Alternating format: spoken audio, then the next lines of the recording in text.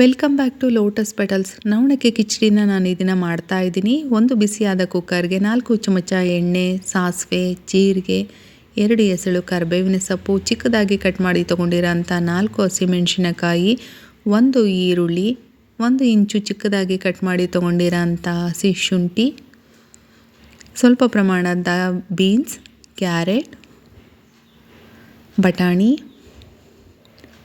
1 ಪೊಟ್ಯಾಟೋನ ಹಾಕಿ mix ಮಾಡ್ಕೊಳ್ತಾ ಇದ್ದೀನಿ. ಎಲ್ಲವನ್ನು ನೀಟಾಗಿ ಮಿಕ್ಸ್ ಮಾಡಿ 1 ಕಪ್ಪು ನವಣೆನ 2 ಬಾರಿ ತೊಳೆದು ಇದಕ್ಕೆ ಹಾಕ್ಕೊಳ್ತಾ ಇದ್ದೀನಿ. 1 ಕಪ್ಪು ನವಣೆಗೆ 2 ಅರ್ಧ ಕಪ್ ನೀರನ್ನು ನಾನು ಬಳಸ್ಕೊಳ್ತಾ ಇದ್ದೀನಿ.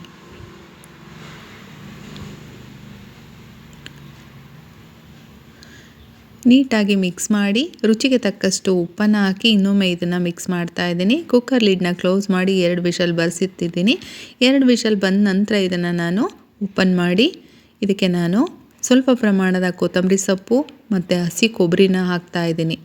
ಎಲ್ಲವನ್ನು ನೀಟಾಗಿ ಮಿಕ್ಸ್ ಮಾಡಿ ಸರ್ವಿಂಗ್ ಬೌಲ್ಗೆ ಸರ್ವ್ ಮಾಡ್ತಾ ಇದ್ದೀನಿ. ರುಚಿಕರವಾದ ನವಣಕ್ಕಿ ಕಿಚಡಿ ರೆಡಿಯಾಗಿದೆ. ಈ ಕಿಚಡಿ ನಿಮಗೆ ಇಷ್ಟ ಆದರೆ please share, subscribe and like ಮಾಡಿ. Thank you.